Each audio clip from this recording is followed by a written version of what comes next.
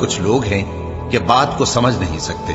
उन लोगों ने कहा कि ऐ जुल्करनैन, याजूज और माजूज इस इलाके में फसाद करते रहते हैं, भला हम आपके लिए खर्च का इंतजाम कर दें कि आप हमारे और उनके दरमियान एक दीवार खींच दें।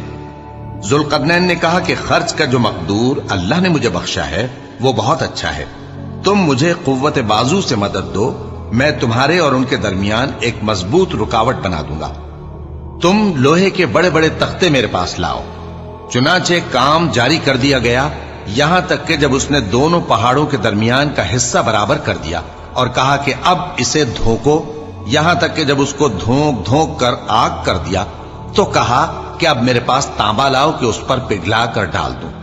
फिर उनमें ये कुदरत न रही कि उस पर चढ़ सकें और न ये ताकत रही कि उसमें नक्ब लगा सकें। बोला कि ये मेरे परवरदिगार की मेहरबानी है।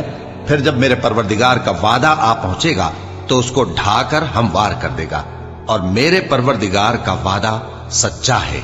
उस रोज हम उनको छोड़ देंगे कि रूए जमीन पर फैलकर एक दूसरे में घुस जाएंगे, और सूर फूंका जाएगा तो हम सबको जमा कर लेंगे, और उस रोज हम जहन्नम को काफिरों के सामने लाएंगे, जिनकी आंखें मेरी याद से पर्दे में थीं और वो सुनने की ताकत नहीं रखते थे।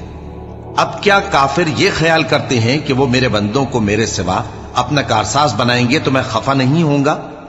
हमने ऐसे काफिरों के लिए जहन्नम की मेहमानी तैयार कर रखी है। कह दो कि हम तुम्हें ऐसे लोग बताएं जो अमाल के लिहाज से बड़े नुकसान में हैं। ये वो लोग हैं जिनकी दौड़ धूप दुनिया की जिंदगी में बर्बाद हो गई और वो ये समझे हुए हैं कि वो अच्छे काम कर रहे हैं। ये वो लोग हैं जिन्होंने अपने परवरदिगार की आयतों को न माना और उसके सामने जाने से इनकार किया, तो उनके अमाल जाया हो गए। सो हम क़यामत के दिन उनके लिए कुछ भी वजन कायम नहीं करेंगे। ये उनकी सजा है, यानी जहन्नम, इसलिए कि उन्होंने कुफ्र किया।